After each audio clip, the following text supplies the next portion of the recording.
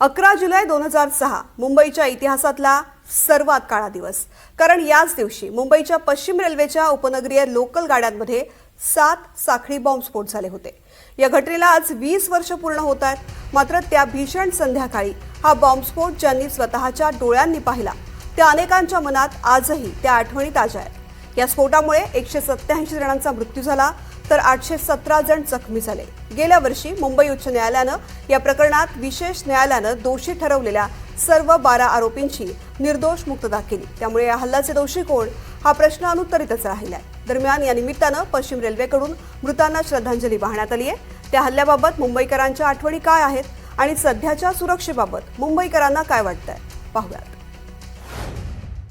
20 वर्षापूर्वी जो हादसा झाला, जी घटना घडली, त्या जखमा आज पण प्रवाशांच्या हृदयावरती ताज्या आहेत, त्या विसरू शकत नाही।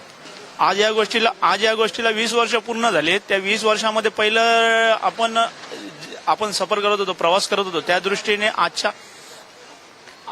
आजच्या टायमिंगला जे प्रवाशांना सुरक्षा पाहिजे ती सुरक्षा आणि नाही। 2006 मध्ये मुंबई ब्लास्ट झाला होता, त्याच्यानंतर खूप वेळा आपण ब्लास्ट झाला होता, पण तेव्हा लोकांना आपण वाचवू नाही शकलो। तर सिक्युरिटी थोडी वाढवली पाहिजे, सरकारने थोडंसं लक्ष द्यायला पाहिजे। तसं सरकार चांगलंच आहे, पण थोडं अजून सिक्युरिटी वाढली पाहिजे। लोकांना थोडंसं सिक्युरिटी पण भेटली पाहिजे। ज्या लोकांसोबत वाईट झालंय त्यांच्या घरच्यांना सुद्धा आपल्याकडून मदत झाली पाहिजे।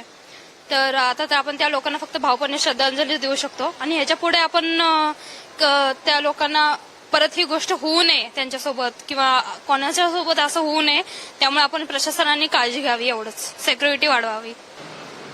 त्यावेळेचं आणि आताचं म्हणाल तर खूपच भयानक आहे सुरक्षेच्या बाबतीत, की आता जी सुरक्षा चांगली आहे आणि व्यवस्थित होती आहे याच्याबद्दल खूप अभिमान आहे आणि आता आणखी सुरक्षा चांगलीच झाली पाहिजे याबद्दल मी चांगलं सांगेन।